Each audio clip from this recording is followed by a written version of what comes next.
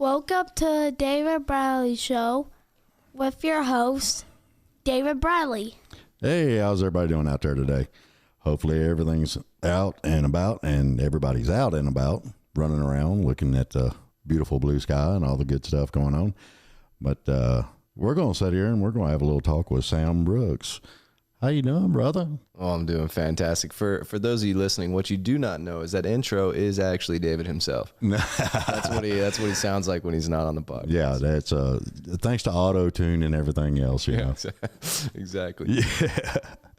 But no, that's actually my granddaughter. She when I was setting all this up, she was having a lot of fun with it and watching me do stuff, and she keeps wanting to be on the podcast and everything, so I got her to do that little intro. Yeah. It took about 5 times, but she got it. Yeah. Oh, yeah. Everybody loves it, man. I don't know why, but I just, I dig the hell out of it, so I figured I'd leave it on there. Yeah, it's awesome. It's a good juxtaposition. Oh, yeah. Threw me off guard. I was like, wait, what? Yeah, a lot of people do. They'll do like a music and then some kind of other thing, but I don't know. To me, that was more real, you know, more human. Yeah, it was. It was like you're also bringing someone you love, your family, into it. Yeah, exactly. It's a family show. And then when I do the podcast, they always, they'll gather up the cats, they'll take off with them, and they'll all hide in another room, let me do what I got to do, It's fun. She's like the first AD. She's like, shh, they're recording. Kind of, yeah. It's a lot of fun. Yeah, she's gonna be a big director one day. She might be. You never know. She's already interested in it. Well, I mean, Aaron Mertez was on here, and he was talking about he got started, 7 years old or something like that. Wow. Yeah, it was wild. See, he just did a film. I think it was. It was about Bigfoot. Yeah, and it just got picked up. I don't think I'm allowed to say. I'm not in it, but I have friends that are in it. Yeah, it's the Bigfoot Trap. The Bigfoot Trap. Yeah. Heard great things. Yeah, that's actually, he brought me that little itty bitty miniature Bigfoot when he come up here. Oh, that's incredible. He was like, I've seen how your set is developing and everything. And he's just like, I thought I'd bring this because it'd just add to the set. Be cool. That is really cool. He's Iron Maiden Bigfoot? Is that what that is? No, the little one right there by the big boy. You missed that, really? Yeah, I was looking at that. I was like, there's no way they had one of these made. That little Bigfoot right there. That little Bigfoot right there. Got it. By the Big Boy Toy Fund. I thought that was apropos. Like, I don't know where Iron Maiden comes in, but I like it. I'm an Iron Maiden fan. I always have been. Fantastic. I mean, it's just something I'm an 80s hair metal band type deal, and I love all that old stuff. Hence the Ariana. Yeah. Does she do like 80s, just steel, metal, rock kind of? Yeah, down there at, she does that over at Kid Rock. Man, that's cool. The bar, I get to talk to a lot of people, man. I mean, it's kind of cool. I love it. I guess that is the plus side of having your own podcast show. Yeah, it really is. You meet a lot of interesting people. You get to talk to a lot of people. And basically you get to hear a lot about what's going on in their life. Yeah. And to me, that gets back to the more human aspect of all of it. You ever met someone that you were interested in, like as a person? Yeah, but I usually get slapped or told to go away. Likewise, brother. Likewise. But like then they get on the show and you're like, oh, this isn't who I expected. Like this person was totally different. Yeah. Than I had envisioned. Yeah. Well, see, that's why I've kind of done it around the kitchen table, and I wanted it more to where people were relaxed, kind of like talking to their cousins and stuff, because a lot of people have a bad habit of, you've got that person, they know who they are, but when they get in front of a camera or they get on a microphone, it's a totally different person. And I don't want that. I want somebody more that's real, and here you are. Yeah, and here we are. I remember my first ever podcast. I was so nervous. I knew the cameras were on me. I was like touching my face and doing all this weird shit the whole time. And I would listen to myself. I was like, oh man, I'm fidgeting. I'm doing all this stuff. I was so uncomfortable. Oh yeah. Which is weird because I'm an actor. Yeah. And like when I'm doing a movie or a TV show, I'm the most comfortable I've ever been. Yeah. But then you put a podcast or a photographer wants to take my picture. I'm like, I don't know what to do with my hands. Yeah. I'm freaking out. Yeah. I know. I've seen it. I mean, because I did, lights and sound all over Nashville for years. And there's a lot of times, that you'll talk to somebody while you're setting them up and doing things, and they're that one way. But the minute the lights come on, they're a different person. Their voice changes, everything. Everything. What the hell did this come from? Yeah, exactly. They change their name and everything. Oh, they do it all. Can you call me Tim from now on? Yeah. Lights are on. Yeah, lights are on, cameras on. I'm Tim now. So you was actually born in Nashville. Born and raised. Born and raised. Where at? Green Hills area. I mean, Baptist Hospital, if you really want the specifics. Well, I was born in Baptist Hospital. So Come on, man. I'm telling you. Yeah, I was born under a full moon. No.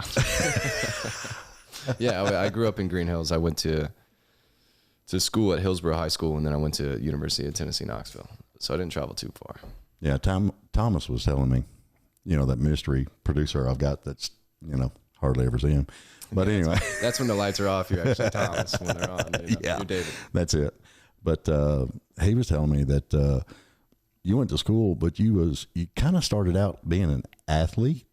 Yeah, growing up, all I wanted to do was play ball. And I was a triathlete. Like I did every sport, played travel, everything I could. Yeah. Then my dad came up to me one day, and actually we just had a talk this past Monday. He's doing an RV life, so he's traveling all over the nation. So I bet that's wild. It's amazing. It's good for him because he's having a grand old time. Mm.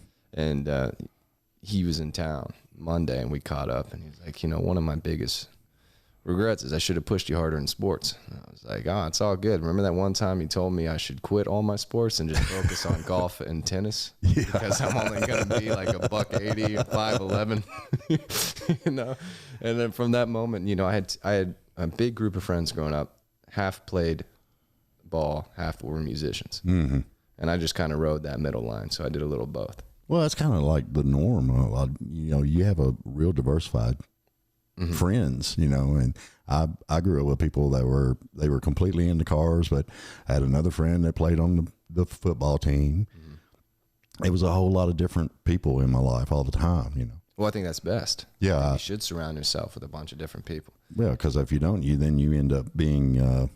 you corner yourself. Yeah, you could get in that wrong area, Yeah, you don't want to... You want to know who... I think the more diversity you have in your friend group, the people you know who to stay away from and who to gravitate towards, you know what I mean? Yeah. But I went to school at UT Knoxville for kinesiology. Okay. And I was studying... I have no clue what that is. I guess it's like it's a combination of exercise science, anatomy, physiology, biomechanics. Oh, so you're like 300 times smarter than me already. Well, book smart, maybe. I don't know. Well, that's to be determined. I've done some stupid shit. Yeah, well, we all have. It's a lot of fun. Yeah. But it's stupid. It's stupid. You wake up the next morning and shake your head and be like, fuck. Shouldn't have done that. What was her name? Yeah, well, I mean, that's what it is. And when I was in college is when I got into acting. I did one play in high school. My theater coach, Brad Brown, I was in the International Baccalaureate program. Okay. And you either did theater or you did history of world art. Right. Yeah, that's from books. It's Yeah. not like we're traveling to go look at art. Theater, I could build a set. Yeah. Like, I'm cool with power tools. And so I was building set, but then my acting theater teacher at that point made me be in Macbeth. I had to be in a play.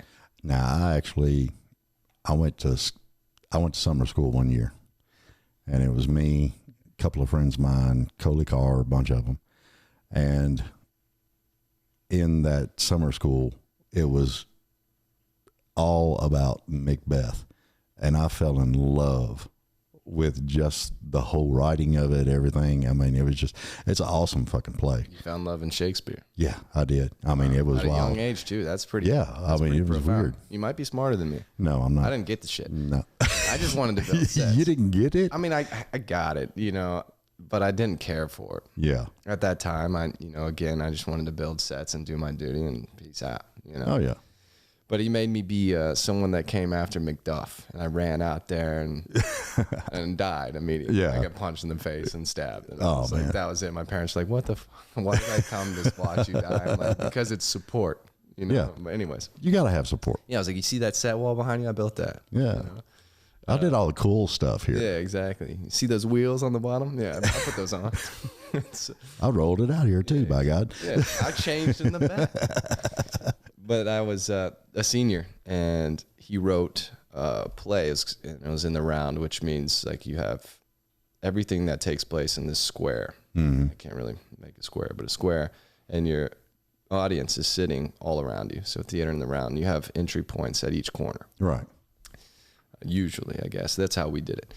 And so he wrote this Roman comedy, which we called the Roman Project. And he made me be the lead. And he was like, you're going to do it. And I was like, all right. And I was just like braggart soldier kind of thing. And I was trying to find my way. I had a wife, I think we called her Shrew. And it was the funniest show I've ever been a part of. And it was the only theatrical performance I've done to date as a lead, and actually did it. I think the first scene I remember walking out and saying my first line, and my whole vision went to like, you know, when you have bunny ears on a TV, it's like all black and white. Yeah. That's what happened to my vision. And I just remember my internal voice, like, either you pass out in front of everybody or you keep going. Yeah. And I was like, fuck, I got to keep going. Oh, so man. I just kept going, and I'm like sweating, and I'm nervous as shit. I'm like shaking. But as soon as I got the first laugh from the audience, it was like this adrenaline came over me, and I was like, oh, A little bit of euphoria. yeah. And there was a lot of room for improv, which was kind of my forte. See, I like things that have a lot of improv in it. Yeah, me too, man. I mean, like to play. Yeah, be able to do different things and you know, change a little thing up here and there, and just if you got somebody that can bounce off of you, you know, and read what you're doing, you know, that's, to me, I think that would make a better show. That's what I liked about Saturday Night Live when that first come out, because I mean, I think almost all of that was just improv. It was awesome. Well, you get a good like improv comedy troupe together. You never know where that shit's going. Yeah, it's right. Hilarious. That whole yes and they're just going with it. But that's what really, you know, I got bit by the bug then, and then I never thought about it again. Yeah. You know, I was like, oh, I'm 18 years old. I'm a grown man. I got to figure out what I want to do for the rest of my life, which is ridiculous to think any 18-year-old should just be like, hey, pick this, and this is what you're going to do for the rest of your life. But that's what I did. That's what I did. And then I was going into senior year of college, and I was a little depressed. And I was like, I don't see myself being a physical therapist or a doctor. Right. You know, and same thing every day, 5 days a week, weekend warrior status. And I'm like, I don't think I could do that. It's just not for me, man. And my hat's off to people that do that. Oh, that's a different breed. I'm just not that person. Yeah, no. We need them. Yeah. We need all of them. But we also need people like us, too. Well, yeah, you got to have some kind of entertainment. It's something the balance. You got to do something. You got to have a little bit of fun every now and then. You got to do what your heart's telling you to do. I keep laughing over your shirt. Oh, man, this Billy Strings, man. Spring lied to us again. You heard of Billy Strings? No, actually I haven't. Oh, man, you got to get on Billy Strings, man. I'll have to check him out. He's phenomenal. If you like a good, like, I think I'd call him like a folk rock, if you will. I wouldn't necessarily call him too country. Yeah. But more like a folk rock and roll. You can play the hell out of a guitar. Well, I might have to get him on the show. Shit, if you can get Billy Strings on the show, I'll come produce it. I'll just sit in the corner, man. Just hang out. Yeah, I'll just hang out. I'll bring you just listen water. to her. But yeah, anyways, that's the whole story. And in college, I was watching March Madness one day, and my roommate, one of my best friends, still till this day, was like, "Hey man, UT's putting on a short film. Let's audition." I was like, "I don't really know what that entails, but sure, let's do it." Yeah. And we did it. I got the supporting lead role on that short film, and I was like, "Dude, people do this. Like, how do you do this for a living? This is fun." Yeah, you actually make money at this? Yeah. And I went home that summer, and this girl from high school who I knew was like, hey, I think you'd be a great actor. You should come to my acting class. I was like, funny thing, I just did a short film. Yeah. There's classes in Nashville for this? Cool. Went to that. The guy pulls me aside and was like, hey, I think you're really good. You should come to this workshop. I was like, okay. And he's like, $200. I was like, oh, fuck. So I gave him $200 and, you know, I was like, all right. And he's like, it's a casting director from Chicago. It'd be a really good look. And I was like, I think you just want my money, but all right. Yeah, pretty much. But I'm glad I went because she pulled me aside afterwards and she's like, how long have you been doing this? I was like, crazy story. I did a short film and I've been doing class for a week and here we are. And she's like, okay, cool. Stay right here. She called this agent who I'm still with today, Melinda with the Avenue. And she was like, hey, I got a kid for you. And I was 20 at the time. Yeah. 20 years old. And she calls me up. She's like, hey, got a call from Holly. She says, you're great. Come in and do a monologue for me. I was like, I don't even know what the fuck that means. What's a monologue? she was like, you know, when like one character speaks for, I'm like, oh yeah, I learned that in theater class. Now I remember. And so I did No Country for Old Men. And she's like, no. Do something your age. And I was like, come on, man. It's Tommy Lee Jones. Yeah. And so she was like, what about, have you ever seen Good Will Hunting? I was like, yeah, of course. She's like, yeah, there's a good one in there. So that's the bar scene. I did that for. I didn't even get through with it. I was so nervous. I messed it up 3 times in a row. When I was walking, I was like, hey, thanks for your time. I'm sorry, you know, to waste it. And she's like, I want to work with you. And I just remember going, why? Why do you want to work? She's like, you got something, kid.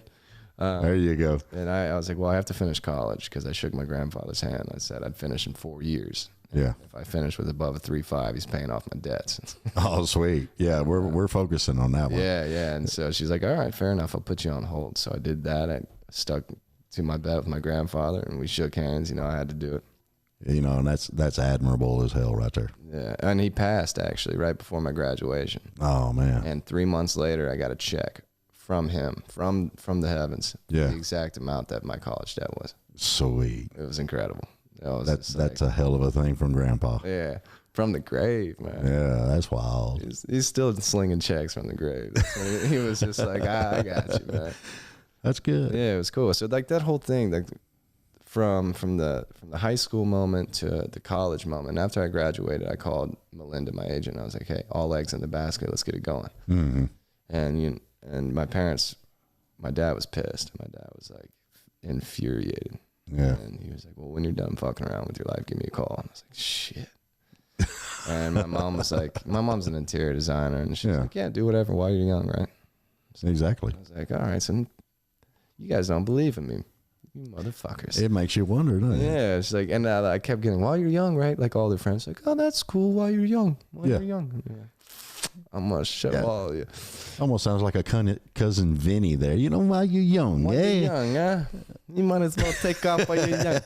But my dad is my biggest fan now, which is like the whole thing of that. You know, maybe, and I'm just saying, just maybe, his attitude towards it gave you drive. Oh, 100%. Gave you that push. Oh, yeah. I mean, I've always been like that. When people are like, you can't do that. And I'm like, why not? Yeah. I know I can. I'm going to do it. Exactly. So it was all kind of serendipitous, man. It all happened so quickly. It was one of those things where God's like gives you it's like the same thing 3 times in a row. Mm-hmm. You know, and if it comes in threes, I'm like, maybe I should check into that. Maybe I should look into that.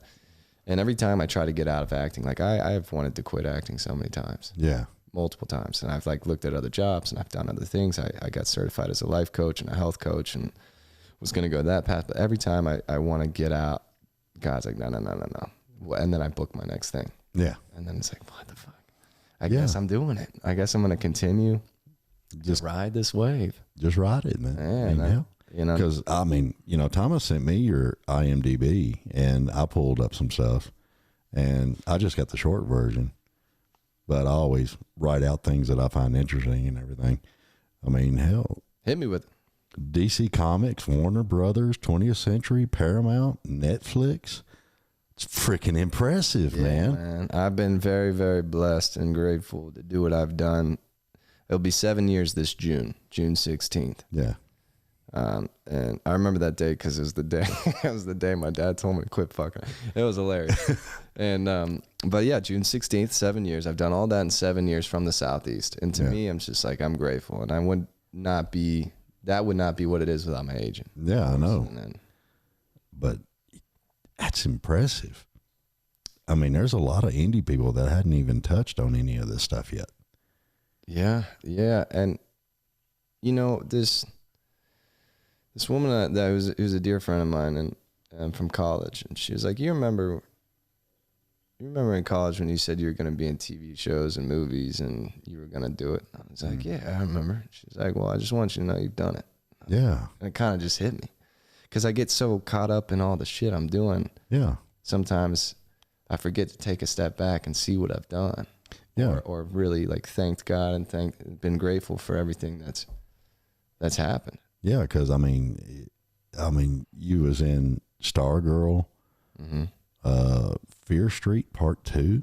Yeah. Did you see that one? I haven't seen that one yet. Man, careful. You'll see my ass cheeks. Yeah, well, I just want to warn you, forewarn everybody who's about that. All right, it's not for a long time, but you know it is out there. I forgot to warn my parents and my little cousin. Oh, so man. Now I just like to warn people because my cousin calls me and it's my dad's first cousin. He's like, Sam, what the man? And I was like, what? And he's like, you didn't say he had a sex scene in this? I was like, okay, yeah, I'm sorry. She's yeah. Like, you know, it's like Heath watched this, and she's like.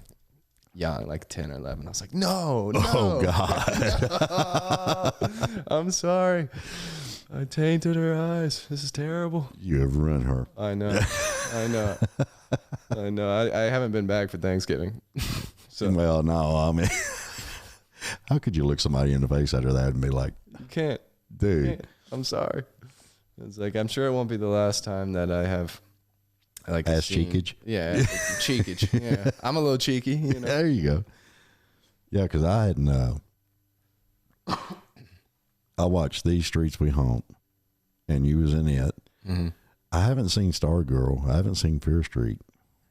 Fear Street is a R.L. Stein trilogy. You know, he did all the Goosebumps. And yeah. Fear Street were his like kind of like an older teen book series that he did, and got turned into 3 movies. And I was Arnie in the second one. Stargirl is kind of more based for like teens. Yeah. TV 14. That's probably why I hadn't seen it. Yeah. It's a good show. I think it's done now. I did 3 seasons, 3 strong seasons, and it's kind of. That's awesome. Kind of carry on. Dude, I mean, you're nailing it. What you're doing. I'm doing all right. I just had a film released nationally to theaters called Malum, M-A-L-U-M. That was a horror film. I say I didn't even pull that up. That one's fresh. That one that's real fresh. Just dropped and did a theatrical run, and I think stopped right before Mario hit the theaters, which is smart. But that was amazing. That was we shot that in Louisville, Kentucky, so just north of here, and at an old police precinct, and it's a remake, a re-imaging of The Last Shift, which was a horror occult classic, 100% on Rotten Tomatoes. Same director who did that and wrote that came in and redid it. Yeah, which takes some balls, man. Yeah, I respect the hell out of it. And it was such a fun experience, man, because I was playing a cop, and I won't say much more, but I was playing a cop, and during this whole ride, a mustache that I grew myself. I was very impressed with myself. All right, you know, I just flexed every night so that thing popped out. But when we were shooting it, I didn't realize I would be this comedic relief within a horror film. Yeah. Which I think that's why it works so well, because I thought I was just kind of making the lead like uncomfortable. Right. Being like a questionable dude. Yeah. But I didn't realize what was coming off of that was actually the director's vision of a comedic relief. Yeah. And it worked so well. And I was with a guy named Christopher, and CMS, we call him Christopher Matthew Spencer. And our dynamics were complete opposite as far as like physicality, body types, and our comedic chops together. Right. We had a lot of moments. Anthony DeBlasi's the director, gave us a lot of room to kind of improv a little bit, make it our own. Mm-hmm. He's Christopher's one of those people that I could just really ping pong off of. And it just worked, and it was awesome. Just a little playoff. Yeah. Yeah. So I'm hoping that comes to streaming pretty soon. It did pretty well in the theatrical. Well, it's I was talking to Jason and Tomas and all them and Aaron, and it's kind of weird how people are not going to the theater as much as they used to, but they'll stream the shit out of some stuff. Oh yeah. I mean, it's wild how movies have actually kind of come around a little bit, you know? Well, I'll still go to the theaters, man. Yeah. I'm an old head when it comes to that.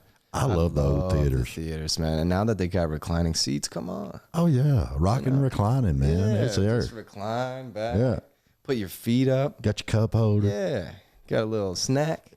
Oh, got the surround sound in there. Dude, they do have some good sound in there. Now they got this shit, the 4DX. You ever done that thing where you're just shaking and there's wind blowing? No, I haven't done that. You know, yeah, it's wild.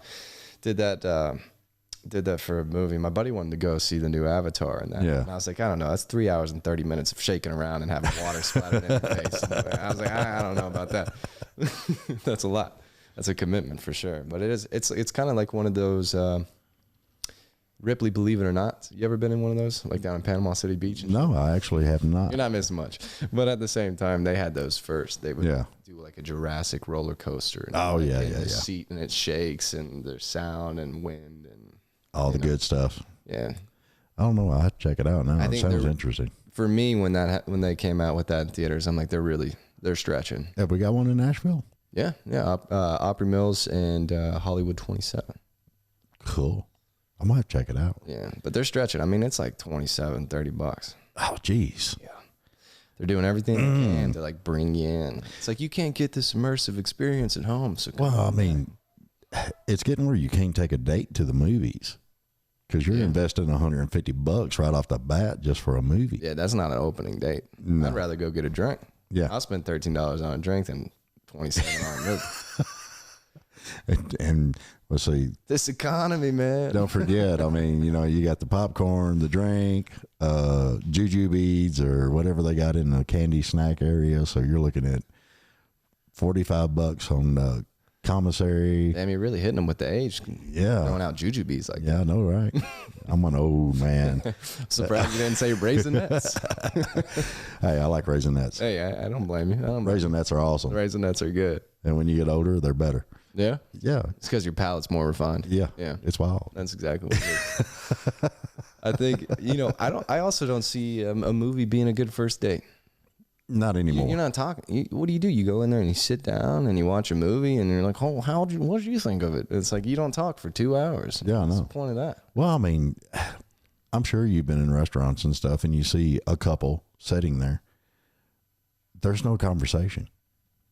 They're not really talking anymore. That bugs the shit out of me, man. They're sitting there playing on their damn phone. Exactly. How do you learn about somebody? What are you doing? Googling them? No, they're texting each other. Hey, I think I'm gonna go with the clam chowder, and they're like, "Oh, great choice." LOL, whatever. I see families doing that, man. Yeah, I see families, and I don't know what's going on in anybody's life. I barely know what the hell's going on in my life. Yeah.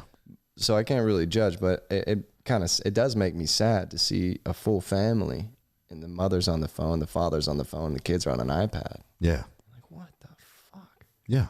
There's no conversation anymore. It's a scary thing. Yeah, and it's sad, and I don't know, dating apps. I don't know what you think about dating apps. I personally, I have never been on one. I've never been on one myself, and I've had friends with great success. I'm not gonna lie. I have met amazing partners, and they're doing their thing. And some are getting married, and that's great. That's cool. But I'm all like, I want a natural in the wild, man. Yeah. I want to be at Trader Joe's or something, touching an onion. Yeah. And a girl grabs the same onion. I'm like, oh, please take that onion. What's your name? I want something like, something. I don't. Yeah, it's kind of like oh, hang on a minute. I'm gonna delve back into my memory bank here. Sleepless in Seattle. Remember, he talks about his wife and how they met and everything, and how he knew she was the one just by taking her hand to help her out of the car. That's beautiful, man. That is, that's beautiful. I'm gonna tear up now. That's hopeful. That's hopeful romanticism, man. Yeah. I don't like hopeless romantics. Yeah. I don't like when people say I'm a hopeless romantic. It's like a romantic, they have nothing but hope. Exactly. So isn't every romantic a hopeful romantic? It should be. If you're a hopeless romantic, you are a walking contradiction, my friend. Exactly. Every day. Every day. I've said that a lot. No wonder you're tormenting yourself, man. No wonder. You're self-killing yourself. Yeah. You are drowning yourself. Yeah. We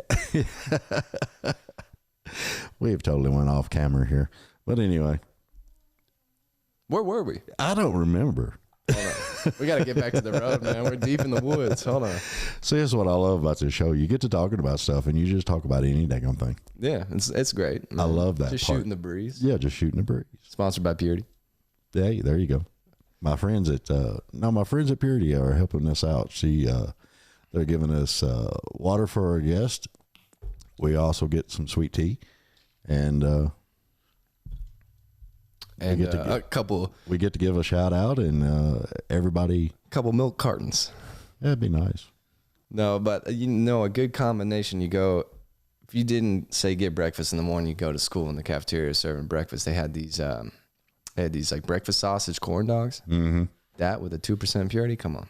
Yeah. Can't beat it. Yeah. That's some public school shit right there. Oh, that's some good stuff. Yeah. I love that. Me too, man. Or the breakfast pizza. Do you ever have like the square pizzas? We had the square pizzas, but it was always at lunch. Yeah, but they developed in my day a breakfast pizza. I did not know that. Yeah. That would be awesome. It was incredible. For people that love pizzas. Yeah, you don't know really what's in it, but at the same time, you don't ask. We didn't ask back then. We didn't care. Well, at that age, you have a stomach of a dog, man. Yeah, back then we ate pretty much anything we wanted. Yeah. Didn't have to worry about it. Well, now. I didn't start taking Tums till I got older and all this other crap coming out. So that's what I'm saying. I wonder when the transition really happened to where everything became highly processed. A lot of saturated trans fat, polyunsaturated fats, hard metals and everything, GMOs and everything. It's like our soil's not even. Who knows what's in it anymore? And I've told people before with all the ingredients and stuff that are allowed in our food in the United States. Why is it outlawed in other countries? I was just about to say, isn't that wild? I mean, come on. If you just compare the UK to the US and what's allowed and what's not allowed, you're just like, holy shit. Yeah. Well, you just come back from Europe, didn't you? That's right. You know what? A beautiful thing about, I was in Prague for a little bit, and I could find myself drinking beer like a Pilsner all day. Mm-hmm. Multiple beers, maybe, I don't know, 7 to 10 beers throughout a day. I'd wake up the next morning, I'm not even an ounce of hungover. Yeah. I'm like bright-eyed, bushy-tailed, ready to get it going again. Yeah. Now, I don't know if that was me being in a foreign country and like in Europe just being excited. Yeah. But here I have like 2 or 3 craft beers, let's say, and I'm hungover as shit. Mm-hmm. And I don't get it. Yeah. I don't get it. It's got to be the stuff in the food, man. It's got to be. What's different about our beer than their beer? Their beer, I don't know. I mean, I had a buddy of mine. He was stationed over in Germany, and he would tell me stories. And he's like, dude, it was nothing to see a 10-year-old walking down the road with a bottle of wine, drinking wine in the middle of the freaking day, and they actually have less alcoholics over there. Yeah, I used to argue with. You gonna argue that one? No, I'm not gonna argue that one. I used to argue with my parents about that. I'm like, look, I'm just getting it out of the way at a young age. Yeah, you know what I mean. And I saw these people in college that grew up in a very strict household, right? And they would go to college and let loose. Mm-hmm. A lot of them lost their way. Yeah. They did. And it's not all of them. It's not like a product of every strict household, but a lot of people that didn't have the freedom in high school rebelled in college. And everybody's got a little bit of rebellion in them. You got to. Oh, I don't have a little. I got a lot. That was my parents, like my grandmother, she said, you came out of the womb and split hell wide open. There you go. I was like, I don't know whether to say thank you or to be a little saddened by that. Yeah, which one was that? Was that a compliment? I took it as a compliment. Yeah, I would too. Because my parents were like, you can't do that. And my biggest response was, why not? Mm-hmm. Every time. And then my mom just at the point was like, just let them learn. See, I think that's what a lot of people need to be doing instead of just like going with the norm, going with the flow. Question, why in the hell am I doing this? Mm-hmm. Why do you want me to do this? Prove to me why, just like you was asking. Mm-hmm. Why not? Exactly. More people need to do that. And they say, Sam, don't you climb that tree. I'm like, why not? It's like, because I said so, and I'm like, that is the biggest bullshit response I've ever heard. And I just climb that tree. I wouldn't say, I didn't know how to, I wouldn't verbalize it like that, but I was like, that's a terrible. Just because you said so doesn't mean I can't do it. That's true. But on the flip side, you're in a movie, director says, do this scene. Yeah. Do it like this. Well, my parents weren't paying me. so, that was pro bono. Director says, do this, I'm going to do it. Oh, yeah. There has been times where a director will say, like, hey, do this. Like, absolutely. And then the next scene, I'm like, hey, here's what I had in mind. Like, I love this vision, but what about this? And if they're like, you know what? This take, do that. Sweet. Fantastic. Some directors will be like, hey, do what you think first. Let's knock that out. And then I want you to do this. Sweet. Fantastic. And some directors are like, I just want you to do my vision only. Okay, cool.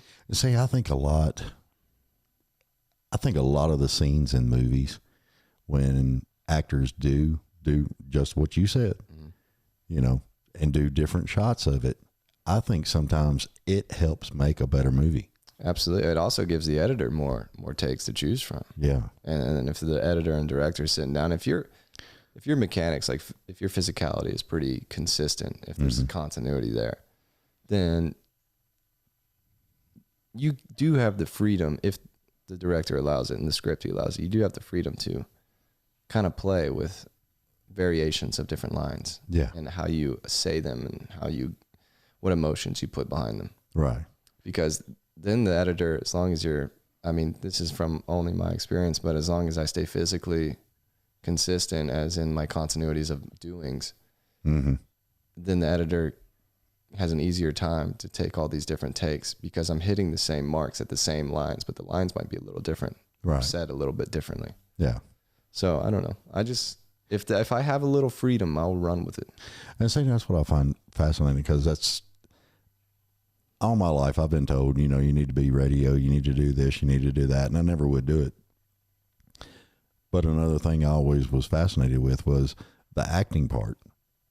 It's, to me, it's amazing how you can take, and just like what we was talking about earlier, you're your person, but then when you get on film, you got to be this other person. You got to be what the director's vision is in this, but a lot of you comes into it. And I never thought that I could actually ever be in that spectrum. I could never, I don't know.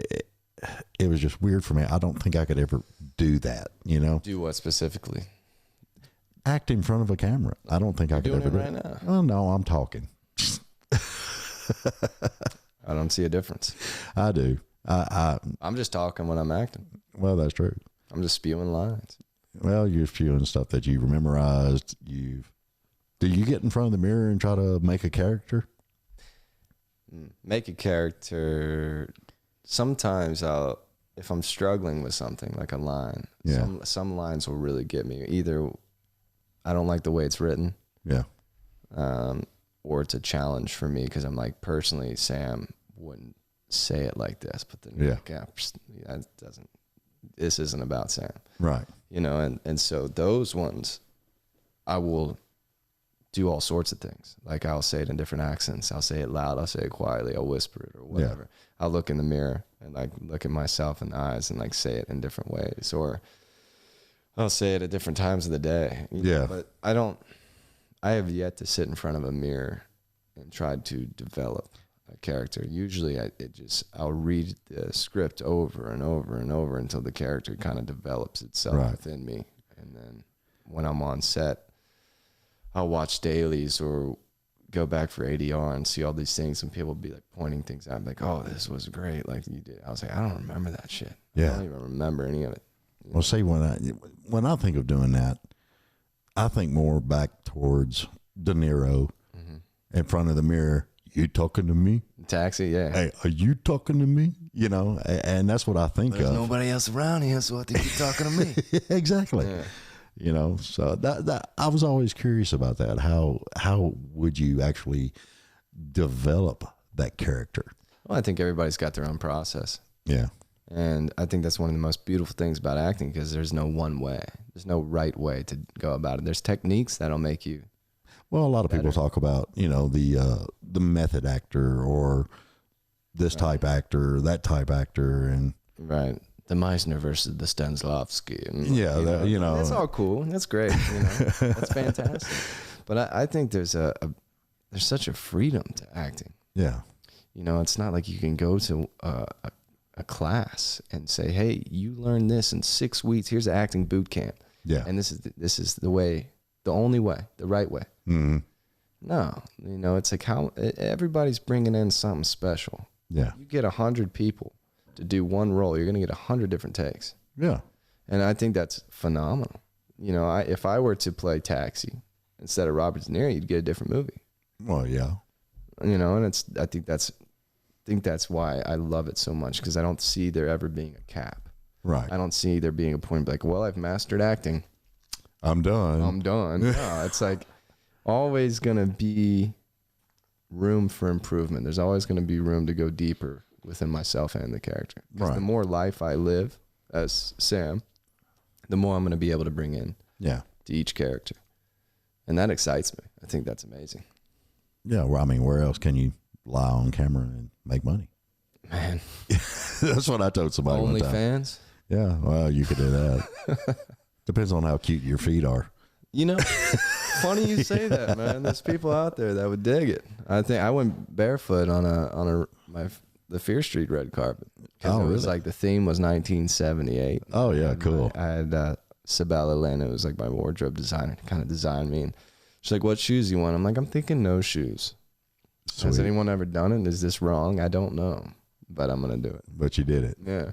You know, I can't think of anybody that I know of that has ever went barefoot on a red carpet. I got a lot of compliments, but I don't know if the compliments were a little, you know, when someone compliments you and you're like, yeah, is there shade behind that? Yeah. You know what I mean?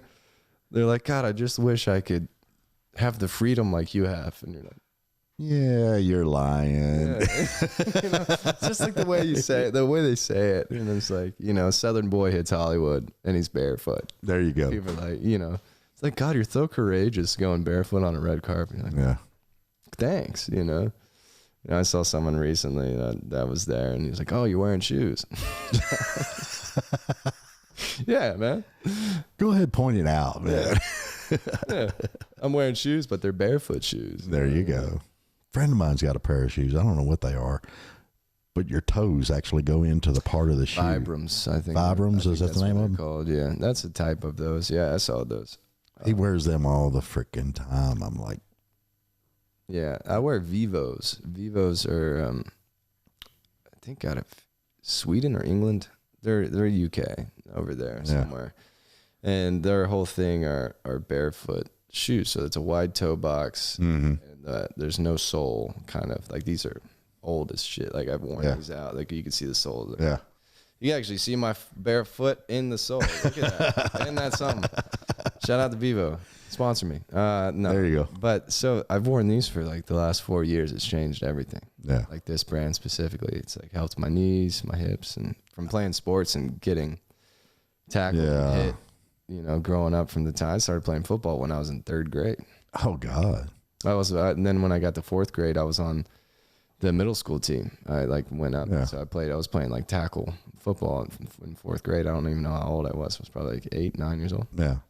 And say we always played football. It was just a group of kids in the neighborhood, man. We all got together and played. We had a game back in the day that was called, you know, smear. I don't even think I'm allowed to say it these days, but you would tackle the person with the ball. Yeah, pick up and smear is what we called it. Yeah, you know. Whoever grabbed the ball, that's who you tackled and just plowed through the ground. Hell man. yeah, man. That game was fun. It was kind of like the Omaha drill. Yeah. Except, you know, you got like 20 people on you and you're just trying to like stiff arm and stay alive. Oh, yeah. Now, we used to, back in high school, we used to play down at Shelby Park. Yeah. Every weekend on that one side, I don't know what's down by there the train now. tracks. Over by the train tracks. Mm-hmm. We would line up and hell, we'd have some Sundays, we'd have full freaking football teams. That's the shit. And it was just neighborhood kids. And, hey, you're going to play over here. You're going to play over there. And everybody just played, man. A good number is 7-on-7. Yeah. I like that. A 7-on-7 number. Yeah, but I mean, we did the same. We would walk around, which you don't see these days. I mean, I don't see it because I guess I'm not a parent. I don't have a kid. Yeah. But when I was a kid, our parents would just like, we'd go over to a friend's house, or they'd come over to mine, and walk around the neighborhood, and we know who to knock on, like who was our age, and we knock on doors, like, hey, we're gathering to play, you know, this game, or we're gonna pick up football or basketball or whatever. Like, come out, and it was awesome. Yeah, you'd have the whole neighborhood out, you know, playing pickup basketball or football, or exploring a creek or whatever, you know, just being outside. Yeah, just doing something outside. Even driving this neighborhood. Yeah, I saw maybe one kid outside. Yeah, you're like, what the? It's a beautiful day. It's 55 degrees. It's sunny. My parents would have locked me out. Yeah. Say, don't come back till dinner, man. They don't do that no more. No. It's, I think, the worst invention ever. And I don't care who I piss off when I say this, but I think the worst invention ever was video games and allowing children to live their life on that video game. Okay. Hold on here. Come on, debate with me. Come on. Yeah, I'm early 90s, baby. So like, I had video games. Yeah. But it didn't run my life. We had video games, but we had the video arcade. Yeah, yeah. You guys would have to actually like go somewhere to play. We would have to go somewhere to play. We'd go with a pocket full of quarters. Yeah. And we would go play. You'd be jangling all the way down the street. Exactly. You know. And we were making that quarter money. Yeah. Hey, you guys were making money. Yeah. I wasn't. I was just playing a game on a console, but I didn't let it. I think it's just because of my parents, honestly, and because I would rather be outside playing ball. But at the same time, it didn't overcome my life. There were times, you know, when Call of Duty first came out, Halo. Yeah. Come on, man. I was at the perfect age to get swallowed in by that. And you know, I would be 15, 16, and me and my boys would be like, hey, let's play team deathmatch, hardcore, let's go. Oh, yeah. You know, and our parents were like, don't you want to go out tonight? It's Friday. And we're like, I am. I'm out, like... I am like a heavy tank artillery right now with my boys. Yeah. And we're trying to fuck shit up. Yeah. Okay. And you know, that was one of like my highlight years for my parents. They're like, God, he's so good, you know? Yeah. No, but anyways, I think with the problem now is that people are making money on Twitch and people are watching people play video games. Mm-hmm. Like people will watch other people play games. Yeah. And they will make $1 million in a year or more. There are kids watching another kid unwrapped gifts or play. You're like, what the fuck, dude? Yeah, I'm in the wrong industry. I should have been playing video games. Instead, I'm a burnout ball player, and then now I'm trying to make movies, dude. What was I thinking? But yeah, I was playing around on Facebook one day, and I came across this thing. And I was like, holy shit. Somebody out there is now manufacturing a game chair. And it's called the Scorpion. That's kind of cool. That's kind of cool. What's the Scorpion? The chair, you sit in the chair, you got the pedals for like Grand Theft Auto and all that stuff. No shit. You can do the steering wheel, or you can do the controller and play different things. But it's a chair, and it comes over the top. Hence the Scorpion. Yeah. Hence the Scorpion. And your view screens are right there. No. Yeah. And you sit in this chair, dude, and you can have 3 curved 50-inch TV screens. Hanging from the Scorpion. Hanging right in front of you. And you're just in that chair. You've got surround sound. You got all this stuff. And I'm not plugging the chair. I'm just describing it. But, watch you. They're gonna send you a chair, bro. I swear. Well, I mean, and then you're gonna be a victim to what you're saying right now. No. What happened to David's podcast, man? I'd probably sell the damn thing, to be honest with you. But you probably make good money. But a guy took that Scorpion chair. He bought it, and he put it in his house, and he built basically the not the X-wing fighter, but the TIE fighter from Star Wars. Okay. He built like the console for the Star Wars TIE fighter. It's all enclosed. You walk in, you sit down, and he's just got these big old screens. And he's playing. The yellow one? No, it's the black one that Darth Vader drove. Okay. Yeah, with the two Yeah. Wings on the side. Yeah, the two side wings, circular, the TIE fighter. Got it. The X-wing was the... I liked that yellow one. Yeah. I used to have that one. Well, the yellow one was cool. I liked it. I don't remember what it was called. I can't either. Star Wars fans are going to hate me for this. But anyway, he built it in his house. And you just literally, you go in this door and close the door, and it's like you're in the cockpit. Is the Scorpion. That's pretty cool. It's pretty wild. Pretty cool. But it amazes. That had to have cost at least $20,000-$30,000 to build that damn thing. Yeah, you see, I would invest my money a little more. Yeah. Appropriately. I don't know what kind of money. I mean, that guy just sounds like he's got fuck you money if he's creating a TIE fighter in his house. So like, maybe he invested his money pretty good. Well, he might be a multimillionaire. Who knows? Yeah, exactly. That's like 2 pennies in a bucket for him. Yeah, I know. Shit. But I found that fascinating. But again, still, that's how deep they get into that. You know, I mean, I prefer a movie where I can get into with that character. That I like that's in this movie, or the main character, or it might be even be, one of the side characters, and to me that brings me in, but still I get to come out to my reality. That's fair. And I could see the flip side of a coin for people that are big video game heads. You have a character. Yeah. This is your character. Well, you build your own character, right? And you can, yeah. And you are that person. Whenever you're playing that game, that is like, and if you're first person video game, it's like, yeah. I am Uhtred of Beddenberg. I've been watching like the last Kingdom. But yeah, it's like, I'm a wood elf here to destroy all dragons in this realm of Skyrim. It's like people will get into that. Well, I think they like their character who they portray more than they do themselves. It's a little piece of them. A little piece of them. The person that they want to be. They're a hero in that game. Yeah. But maybe in real life, they're just, it's not happening right. But in that game, they're a hero. I'm a badass. Yeah. I'm a level 50 hunter, man. I got a puma on the side ready to attack. What was it? I can't remember who it was. Wolowitz or one of them on the Big Bang Theory. He was talking about I was a level something magic elf or something like. I forgot what the hell it was called.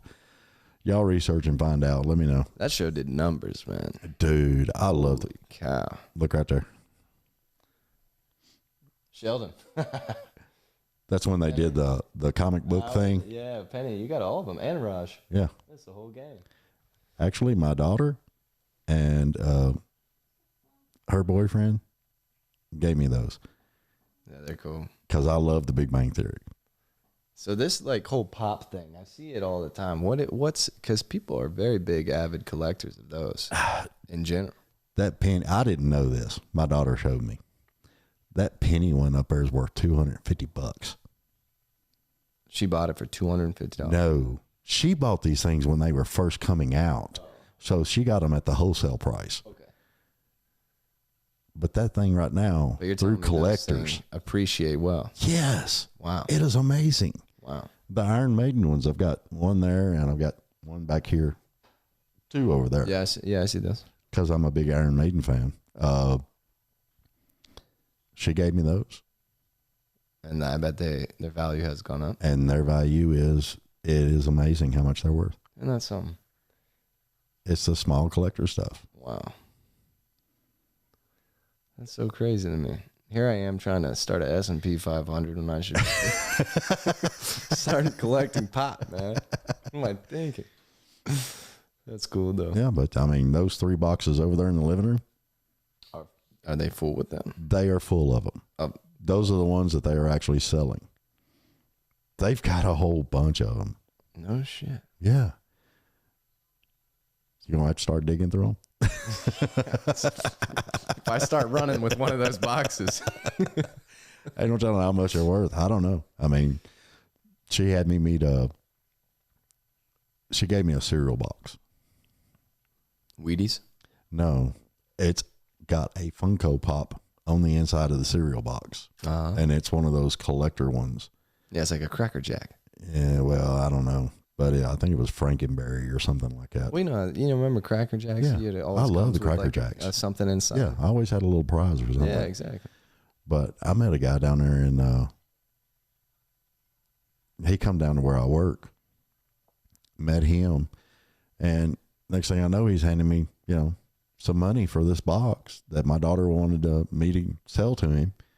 And I'm like, what are you going to do with this, dude? And he's like, the wife has been, we've been searching for this box for over a year. Just the box. Just the box. Not what comes inside. They didn't care what was inside. Huh. What was it, open or unopened? It was unopened. Oh, okay. And I think the food date was 2019 on it. Oh, it's a little vintage. Yeah, it's vintage. 2019. It's got. But they have been looking for this box for a year, and she's going to put it on top of the fridge with the rest of the set. Oh. It was that one box that they were missing. It's a cereal box set. Yeah. Get all 5 seasons. Oh yeah. That's crazy. See, if you actually portray a serial killer, there now you got you got bank then. Yeah, exactly. They are serial killers. They're killing it in the cereal. There you go. Yeah, I remember. Do they still do Happy Meals? Yeah, with like McDonald's and stuff. Yeah, they used to do like kind of collectors stuff in Happy Meals, where like you know, which they probably never put in the actual Happy Meal. Yeah. You know, because that one of McDonald's employees was like, maybe I'll just kidding. They probably never, like, I feel like the Monopoly game they used to play, I don't know if they still play. Yeah. But it's like, you have a chance to win $1 million. I guarantee they never put up $1 million thing on anyone. Ain't no telling. Shit, I'm young. I still have fun. It depends on what I drink. Yeah. You know what I mean? I haven't had an energy drink in a long time. I'd still drink coffee. Dude, I drank energy drinks when they first started coming out, especially Monster. You know, it was just the green one. Yeah. And, dude, I couldn't go 30 minutes. I'd go to the damn bathroom all the time. Exactly. That's what I was about to say. They just go right through you. Mm-hmm. Last time I had one was a few years ago. I was on the road coming back from Atlanta, and I had a Bang energy drink, 300 milligrams of caffeine in one of those things. Jesus. I thought I was going to have a heart attack. I can imagine. I had to pull over at a rest stop, and one, piss. Two, to calm myself down, I had to like take a walk, do some breathing. I was shaking. And coffee gets me pretty good. I don't get as much sleep these days as I should. Now, you just come back from Europe. Do they have energy drinks over at Europe? I wasn't looking for them. I don't know. I'm sure they do. I don't know. Maybe not. Maybe that's one of those things where it's like those. That's what I'm thinking. Those Americans, man, they're killing. It's Mountain Dew and energy drinks. That'll kill you. Dude, I quit drinking Mountain Dew. I was drinking Diet Mountain Dew. What'd you do? Would you switch to Sundrop? Every now and then. Yeah. Well, back in the day, it was, when I was young, it was, I don't know, I remember back 8, 9 years old, it was Kick. Oh, yeah, yeah. You remember those? Yeah, you had Kick, you had Surge. Yeah. I mean, I drank crap out of Kicks back then. I just loved them, you know, the whole mule thing, you know. And, but I quit drinking Diet Mountain Dew last month. Oh, you're a month sober. I slept for 2 days. I'm not going to lie. Damn. I'd get up, I'd get something to eat or something like that, but I'd fall asleep on the couch. I'd just go back to bed. You experience any dew withdrawals? I experienced severe dew withdrawals. Yeah. Yeah. I read an article as a kid. So my uncle used to drink the shit out of some Mountain Dew. It's like, Mountain Dew will give you meth mouth. I never touched it after that. I said, shit, I don't want meth mouth, man. Nobody wants meth mouth. No, but I mean, if that's true, then what can do for you? And give you know, that's yeah, really. Like, what are we putting in our shit, man? It's, when it says FDA approved, I don't even blink an eye. Who the hell is the FDA? That's who I want to know. Yeah, FDA approves Mountain Dew. They approved all the other bullshit. I don't care if you're FDA approved or not. You go to like a farmer's market, and someone's like, "Oh, it's not FDA approved." I was like, "Good, dude." I get a bunch of food from up there at the Amish country. Oh, dude, I will go up there. Good. Yeah, I mean, I still got stuff in the freezer. And so there's an Amish community right really close to you. Yeah, it's up here in Scottsville. Yeah, that's where I would get all my food as well. It's not that far. That's where I got those chairs that are out front and out back. Hand built. Yeah, hand built, and they're comfortable. Yeah, they'll last you a lifetime, I'm sure. And it sure as hell wasn't rooms to go prices. There. It's no, like I got a thing from IKEA or I don't know, it was IKEA or Amazon. It was a piece of furniture. So a lot of it's just cheap. Like it's ground up sawdust glued together. Yeah, exactly. I could do this and then and just break it. Yeah. That table right there, I just built that. Yeah, it's pretty. Me and Tony Chambers built that thing. It's like, what was that? 5 pieces of wood? 5? No. 1, 2, 3, 4, 5. Yeah. 3 pieces of wood I bought at Lowe's. I bought 2 pieces the same as the top one. Oh, I see. And it just cut it. And then I took and bought the slat piece, cut it in half, screwed it all together. 3 pieces of wood, 5 steps. $30. And then you put a finish on it. Yeah, we did a stain, and I think it's got 4 coats of poly on it. That's it. There you go. That thing will last too. Yeah, you can stand on it. Oh yeah, that's nice. That's nice right there. Yeah, it's made out of pine. I've been wanting to make some live wood tables. Yeah. You know what I mean? Yeah. That's just the epoxy that. Well, see, me and you can talk because I'm thinking about redoing this kitchen table. I wasn't gonna say anything, and I mean no disrespect, but my grandma has the exact same table with the exact same chair. Oh, that's why I'm doing this. You know. Yeah. No, it makes me feel right at home. Yeah. You know, I feel like she lives in Smyrna, so I feel like I'm there right now. Well, say I've Just been waiting on her green beans. I want to build a table to where this is kind of at a slant over here to the side, but I still want the table. Like, what is it slanting down? Yeah. Well, you want it like, see how this is got an edge on it here? Oh, I see what you're saying. You want it to make it kind of like a pivot desk, you know, where you can like have something on the side where it loosens and you could put it. Yeah. Basically. Yeah. You know, that way I got all the controls in there because I don't have an engineer or anything doing it. I'm doing it all myself. Do you have any leaves? Is this a leaf table? Yeah, it's a leaf right there. Yeah. Yeah, I mean, you can honestly, if you could cut that piece, right? And I could go up this way and this way. Cut it and take the support out. Put an angle. You could put 2 metal rods here, and you can have some tighteners on the side. And you can have it to where it will rotate on that and tighten it up. Boom. See, I'm thinking. Yeah. Always thinking. You got me thinking. Then we could start building podcast tables for everybody. You know, that would be really cool. It's not only a kitchen dinette set. That's right. It's also a podcast table. That's right. You can have Thanksgiving and then put the podcast setup up and you can talk to everybody during the podcast. Exactly. Yeah. Have some turkey, chill out. Family living. Which I thought about doing that. Is your kid struggling at home to to focus? Well, have them sit at the table with our new table desk. That's right. Whatever. You can really sling that. I like it. There's different ideas. Yeah. I like custom pieces. Because there's just...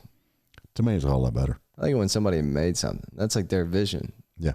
You know, that they have made. Yeah. Because I was, when I built that table, I was going to take and I was going to try and do something totally different vision. And I'm standing there in Lowe's and I walked by some wood and I was just like,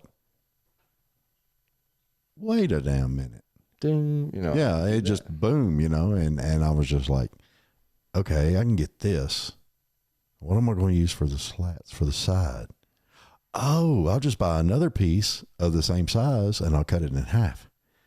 That'll give me 20 inches off the floor exactly where I want it. Because that was setting up there and it was just big. High. Yeah. And it's also get in the way of your camera space. Yeah, it was. And then I was finding people that were on the show were actually looking at it all the time. It's always like, how do I look? Yeah. You know, my mother was always into antique furniture. She still is. And I never understood why, but now I do as I've gotten older because someone made that. Yeah. And it will last a lifetime if you treat it right, if you treat it well. And some of those pieces, man, they're beautiful, intricate, amazingly put together. You know, the guy that built it took forever to build it. Right. And he done it because he had the vision and he took care of it and he honed his craft and just those little they're in teardrop pieces or just carving it out and they're sanding it a little. It's amazing. It's amazing how they do that. It's one of those things. I appreciate art that, like, I haven't taken the time to learn how to draw Like if I drew you a picture, you would think a third year, like a elementary school kid drew it. Yeah. I'm not a great artist when it comes to drawing. Mm-hmm. But if someone has painted something or is drawing something, like whatever, if it's colored pencil, oils, or brush, Mm-hmm. it blows my mind. Yeah. Because I'm just like, oh my God, any sort of creativity. Like if someone carves a bear out of a chainsaw, like, you know, with a chainsaw out of wood, you're just like, holy shit, man. Yeah, because you look at it and you think, okay, here's a big log. Mm-hmm. The guy's got a chainsaw. This is not going to be pretty. And then at the end of it, you're just like, holy crap, the detail, It's man. an 8-foot grizzly, dude. Like, Yeah. what? I mean, you see the hair, you Yeah. see everything. I mean, it's wild how they do that trip. And it goes with anything, like a nicely woven basket. Oh, yeah. You get me, man. Handcrafted shawl. A handcrafted shawl. My grandmother knits. She crochets. And, you know, even that, it's like, damn, Yeah. this is nice. And I think the same way with food. Mm-hmm. Like a chef crafting something. Yeah. Or it could be someone hand making, I don't know, gnocchi or baklava.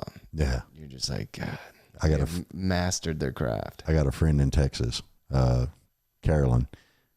She will tell me all the daggone time, I'm making fresh bacula. And I'm like, when you going to send it up here, you I'll be heifer? there in 14 hours. Yeah, you know, I mean, she's down in Bryan, Texas. Is that Southern Texas? Yeah.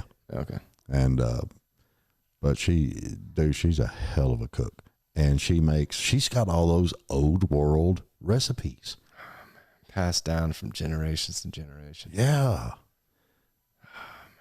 You just don't get that anymore. No, you don't. Not a lot. It's not frequent. Yeah. Now you get ramen.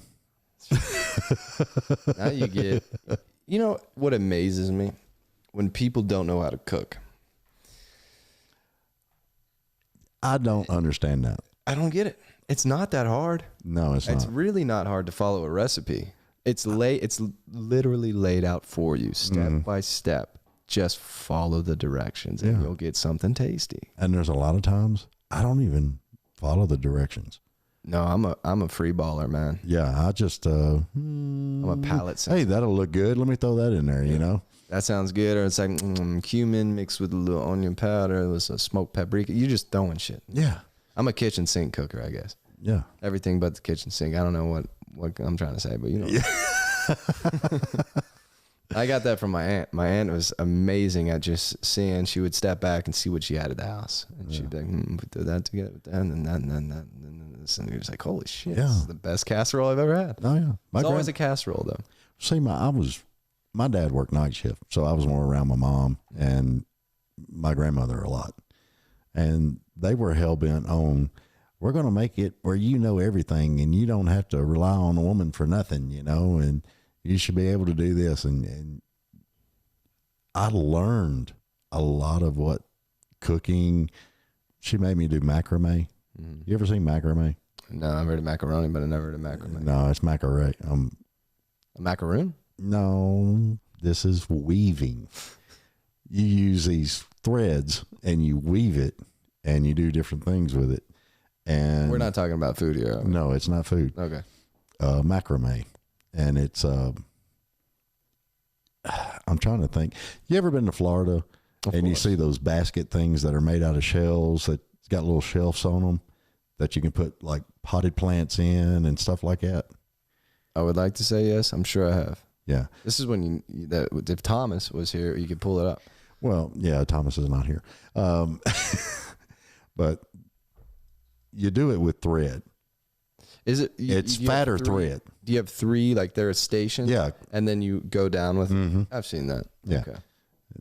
And that's what they taught me to do. And I don't think I've done it in 10 or 15 years, but I could probably pick it back up, you know. Yeah. It's just different things that they taught me. I learned how to knit. Yeah. Yeah. I know how to knit. I know how to needlepoint. I can do needlepoint. That's impressive. It's a design. You follow a freaking design and you do it, you know. I want to learn how to sew. I think that's a good skill to have. One, if I need stitches. Two, you could do your own clothes. Exactly. I could start creating wardrobes. Yeah. Different characters or whatever else. You could brand one. There, see? Now we're thinking. It's all in the branding, baby. It is all in the branding. And it's one of those things. I wish I'm terrible with social media. I'm not a person that's like, oh, I need to get out my phone. I need to capture this moment. I forget. And I'm like, oh, damn it. That would have been good footage. Oh, yeah. And it's not ideal for me, in my own personal opinion. Like, it is a big part of my career. My job is being active on social media. Yeah, you're going to have to. Which is a bitch, man. It sucks. I can't stand it. It feels so fake. There's some days where I just have to step away from it. I just can't do it. You know, I might go 3 or 4 days and constantly Facebook doing this, doing that, or trying to create a little something here and there to brand awareness of myself, you know. And it used to be you had a photographer, you did some media tours, which was, you know, radio or like talk of the town or something like that. And that's all you really had to do. Nowadays, it's opened up so daggone big that you actually have to put out social media links, Instagram, Twitter, all that stuff. And fans go crazy. I know. When, you know, somebody actually responds to one of the comments, you know, I mean, it's just like, he responded to me, you know, and I appreciate everyone who has ever followed me. Like, that to me, it blows my mind. It's like that people would, like, I want to follow this person.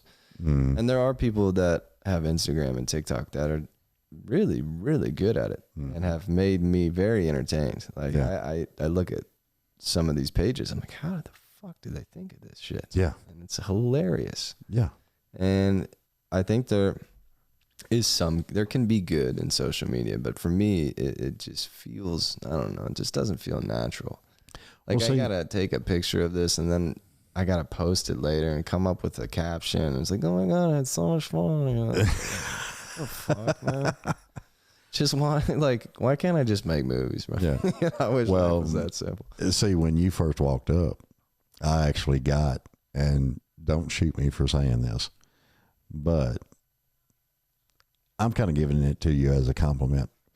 Just a little bit. Just a little bit of a compliment. All right. Okay. I got a Keanu Reeves vibe off you. Shit, I'll walking up. I'd take that any day. Because, I mean, you got the soul shoes, the T-shirt, the jeans. I mean, you're just kind of laid back, you know. Yeah. And then you get into it and we're talking more and you've got the whole, not really big on social media, stuff like that. And that's exactly what Keanu Reeves is. He does not do social media that much at all. I don't think he but they got in at a good time. Like, Miles Teller doesn't even have social media. And he's one of the biggest stars right now. Yeah. And I don't know, he's in his 30s. I mean, I would, you know, back in the 60s, man, back in the 70s, 60s, even the 80s, you know, you had these A-list. They didn't have social media back then. No, you had events that you went to. That was it. The casting director didn't give a shit about how many followers you had. You know, are you likable? Yeah. And can I see you in this project? Yeah. And are you a good actor? And like, that should be it. It's like, you know, someone's like, how many followers do you have? I'm like, enough. I think it was more about merit and character. Yeah. I don't know. You know, maybe. I don't know. I'm pretty sure it was a wild place back then. Well, I mean, you know, nowadays you got, how many likes have you got? How many subscribers do you got? How many viewers do you have? You know, and it goes on and on and on. And it's just insane. Yeah, I don't, to me personally, I don't find that important. Yeah. You know, you could have someone who's a phenomenal talent, very likable human. Yeah. And if I see they have 670 followers, I don't give a shit. Yeah. It's like, you're right for the role. You're right for the role. But a lot of people go by that. I know. It's crazy. I know. And then like, well, it's because you have a financier, an executive producer, or someone that's like, well, no one gives a shit about this kid with 670 followers. Yeah. Right? That maybe I get 10, let's say I get 10% of those followers to buy into my film that I have spent millions of dollars on. Yeah. But this other kid, he's okay. We can coach him. But he's got 2 million followers on TikTok. Yeah, throw him in. 10% of that is more. It's going to be better than, you know. It's like, let's go with this guy. Yeah, it's all a pie chart. Yeah, That's what I tell a lot of people. Everything nowadays is nothing but a pie chart. And here I am. I know this, and I still like don't do it. I'm still like, You're a rebel. I just, one day I hope to look back and just be like, man, I did it all ass backwards. I just did it. I did it my way, Frank Sinatra style. You got to. Yeah. Everybody's got to do it that way. I mean, I don't want to. I'd rather do it my way and not get there than lose myself and get there. If that makes sense. Yeah, I'm kind of the same way. I mean, I'm not trying to be better than anybody else that does this. I'm just doing it because I enjoy it. And if people like it, I'm happy they like it. Yeah. I have the similar philosophy. But there's a lot of people out there that are doing this, and they've already got PR people. They're pushing it. They've got, all kinds of things going on to make their show number one. And I'm just like, I'm just here. Yeah, I always thought word of mouth was the most substantial way. It's like the most powerful way. It should be. But like you said, there's a lot of outlets now. So you can use some to your advantage for sure. And there's ways to go about it. But I do agree. It's like, if you like my work, thank you so much. I'm grateful for you. Well, I liked you in These Streets We Haunt because I did see that movie. That was a fun role. Yeah. That was fun. I love comedy, man. And then he was kind of, again, a comedic kind of relief in a thriller, horror-esque film. Yeah. That to me is fun, man. I love that. Oh, it was awesome. I would say my bread and butter is probably like romantic comedy kind of stuff. Yeah.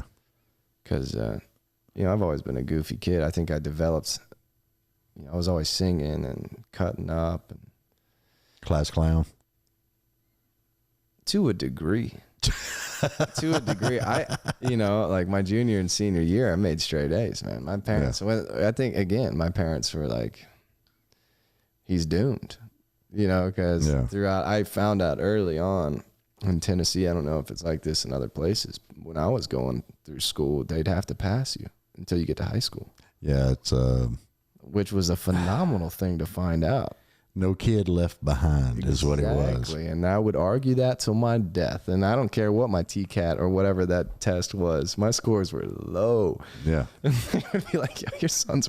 See, we didn't have that. He needs help. I graduated in 83. He's reaching.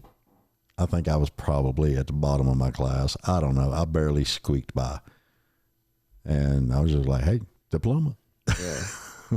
Yeah, your son, he is reaching, and he knows the game.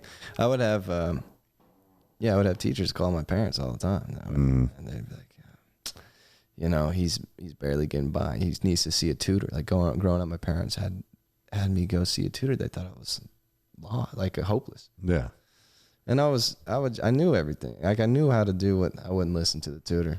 Yeah, I wouldn't listen to the teachers. I respected the teachers, but I'm a fourth grader trying to do a color in Christopher Columbus. I don't give a shit. Mm-hmm. What the hell is this going to do for me? Yeah. I'm learning more by playing sports than I am from being in a classroom. Yeah. I mean, life realities teach you more. It does. I think. How much knowledge from the fact that I was a kindergartner, let's just say through high school, how much of that knowledge am I using in my everyday life? Mm-hmm. Very, very, very little. Well, we were always told, you're never going to have a calculator at your disposal all the freaking time. Yeah, you'll never have the formulas in front of you. Hey, bitch, I got the internet. Let's see, there's a calculator. Yeah. I got everything I need. You never thought you would have I never thought I'd have this. Pocket. Yeah. I never thought I'd have this. Yeah. Because back in our day, it was... we always thought it was cool because you would see like a detective show or something on TV, and they would have a car phone, and you were like, oh man, I want one of them car phones, and now I hate the damn thing. My grandfather had a car phone. Did he? He had a Buick Riviera. Oh, sweet. He had a car phone, man. I saw that thing and I was like, wow, you're old. Well, I grew up with dial-up, so we had dial-up internet. Yeah. We saw, I think millennials are a great bridge to the boomers and the Gen Z, because it's like we had a little both. Yeah. I was growing up climbing trees outside playing sports, and then grew with Apple. grew with the internet, grew with all these, you know, I had a Walkman. Yeah. I didn't have a cassette. You know, I was just past that, but I had, you know, a Walkman and then an iPod and whatever else. And then, you know, you got this experience in both worlds. And the boomers never had what we have. They especially never had what Gen Z has. Yeah. And then, you know, Gen Z has never had what we had or what the boomers had. I'm telling you, none of you experienced the pain of trying to win concert tickets from the radio show with a rotary frickin' phone. Oh, your finger would be bloody from. That's incredible. It's like the seventh caller is gonna be. It's like, damn it, I put a 7, not a 6. Yeah, right? But see, now they give you like a warning thing now on radio shows. Really? If you hear certain songs play, then you call in. Back then, it wasn't like that. Back then, you'd hear Coyote McLeod or, you know, somebody, and they were just like, yeah, and caller 10 right now, you win 2 tickets to see Kiss in concert, you know, and you're like, where's the phone? Where's the phone? That car phone. And then your mom's on the phone talking to your aunt, and you're like, Ma. That's incredible. You know, like, what year was, you know, how they had the phones that would like flip open, they're big as your head. What years were that? Like 80s? And then they had that antenna like a mile long. Yeah, it was. I'm wanting to say, I think the first time we got a cordless phone in the house was probably 1982, 83. Yeah, okay, so early 80s. Right, yeah. You know when things look 80s? That phone looks 80s. 80s had a weird. It had their own look. You could look at a car and say that's an 80s car. Yeah. 70s, 60s kind of blend in together. Yeah, they kind of did. But the 80s was a weird time. Well, everything was 80s. You had a big difference between 1950 and 1960 also. You could tell this was there, this was there. You know, and that's, I think maybe, I want to say there was a big jump also that was distinctive, but it was odd how the years went, and that was 1987 to 1995. Interesting. Yeah, because that was the 80s metal hair bands, all that stuff. All the way into the 90s? Yeah. They went all the way up into the 90s. Well, even movies. You know when that 80s sense hits, that's an 80s movie. Yeah. You know 80s music from that as well. Well, 90s got a little weird. Yeah. 90s was an interesting time. Well, see, that's where I was talking to Jason Cunningham and Aaron Mertez about all that stuff, how big everything has changed with on the directing side, the camera side, all that other stuff. I mean, back in earlier, all your cameras had cables. Yeah. And they were running into a big console and all this other stuff. And I mean, not even 20 years ago. Yeah. You know, it's amazing now that they've got cameras that are about this big. Yeah, they're like Reds or the Blackmagics. Yeah, and Aries. And even the Blackmagic design cameras. Or that phone right there can shoot 4K. Yeah. It's crazy. It's wild. And what's crazier is these cameras I've got shoot 4K. But the Blackmagic design board converts all that over to 1080p. Per designed or no? That's the way it's designed. But is that the way you want it? Yeah. Oh, okay. Because it's easier and better to upload on YouTube. I see.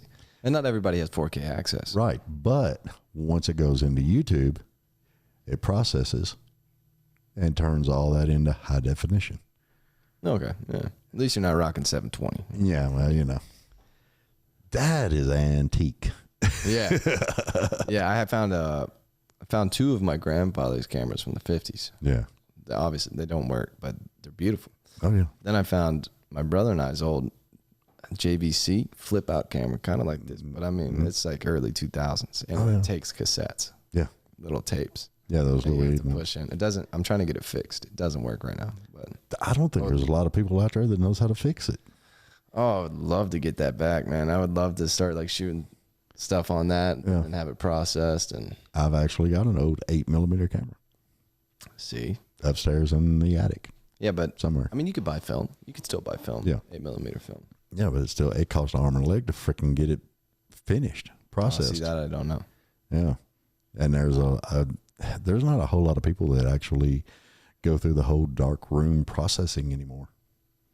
Oh yeah, the red room stuff. Yeah, there's not a whole lot of people out there to do that. I got a buddy in New York who could do that, but is it sustainable? Probably not. Mm.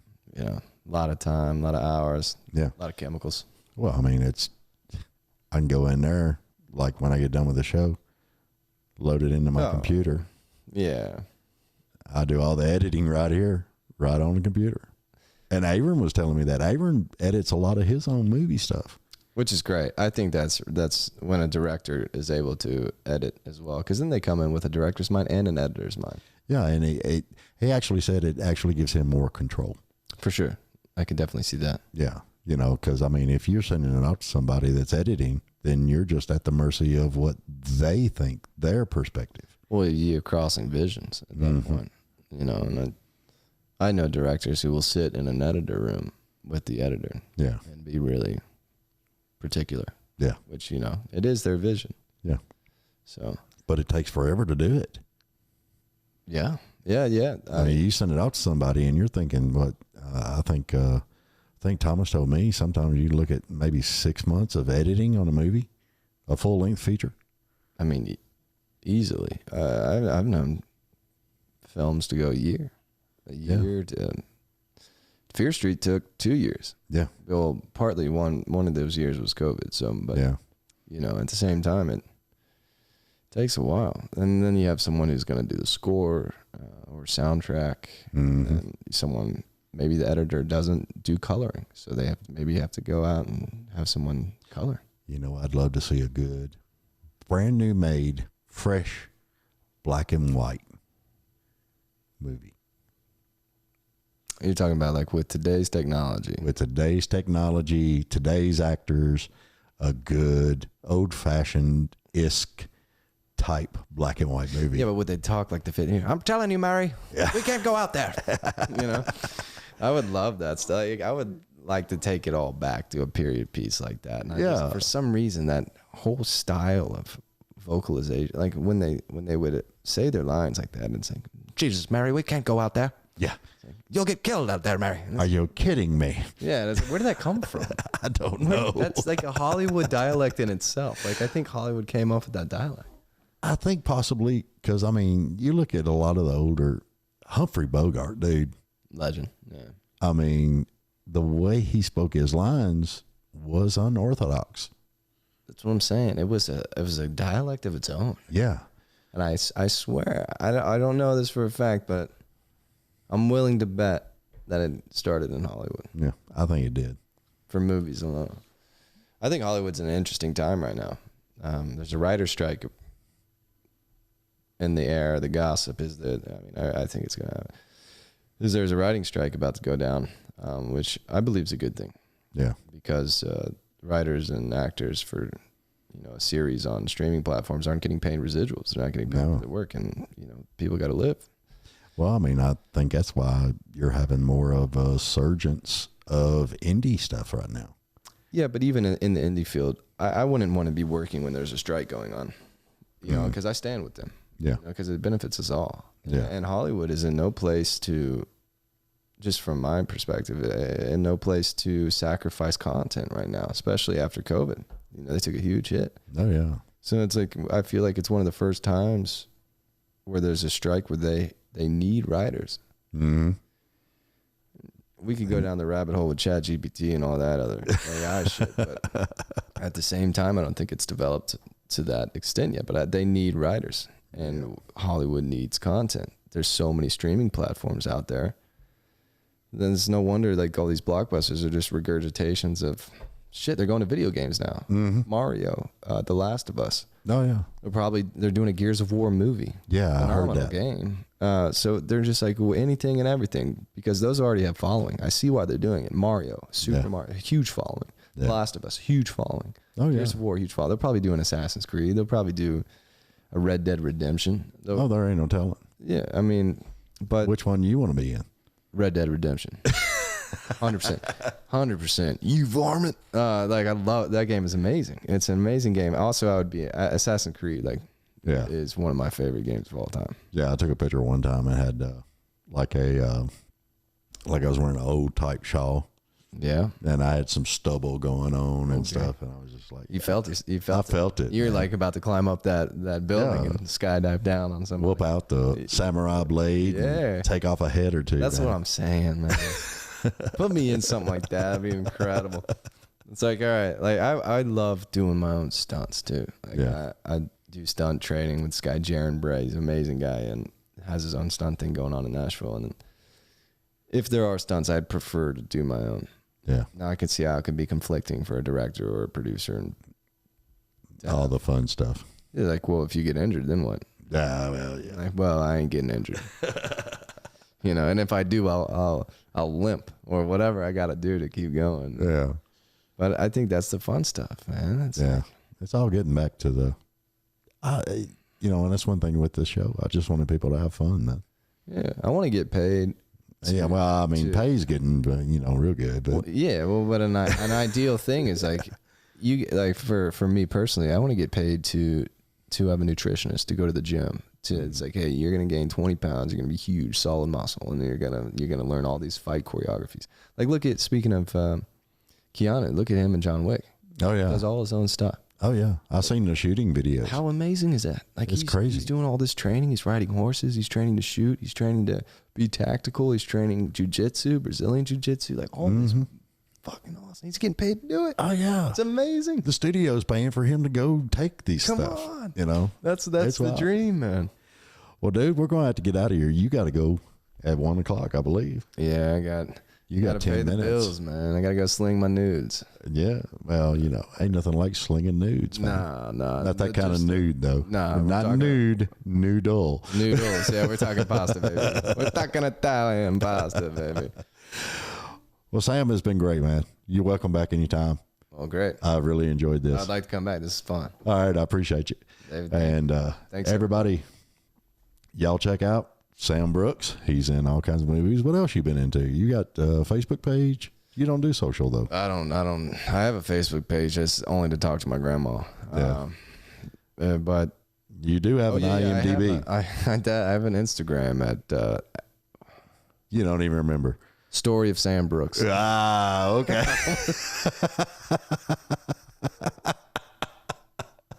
I almost said the wrong. I was blank for a second. It's called Story of Sam Brooks. That's all I got. Well, what I've got is they can find you on the IMDb, Sam Brooks. Yep. And hopefully throw some rolls at you or something. Get you going. Hell, if you got some rolls, man, I got an oven. We'll bake. Yeah, there you go. All right, y'all. Y'all take care. And remember, please like, share, subscribe. I doubt if I put it up there, but they're here, over there, whatever. Y'all check out Sam Brooks and a lot of movies. These Streets We Haunt, and what was that other one you was on? Fear Street Part 2. Fear Street Part 2. On Netflix. See, I changed my pages over here, and I totally lost what I was doing. That's a legal document.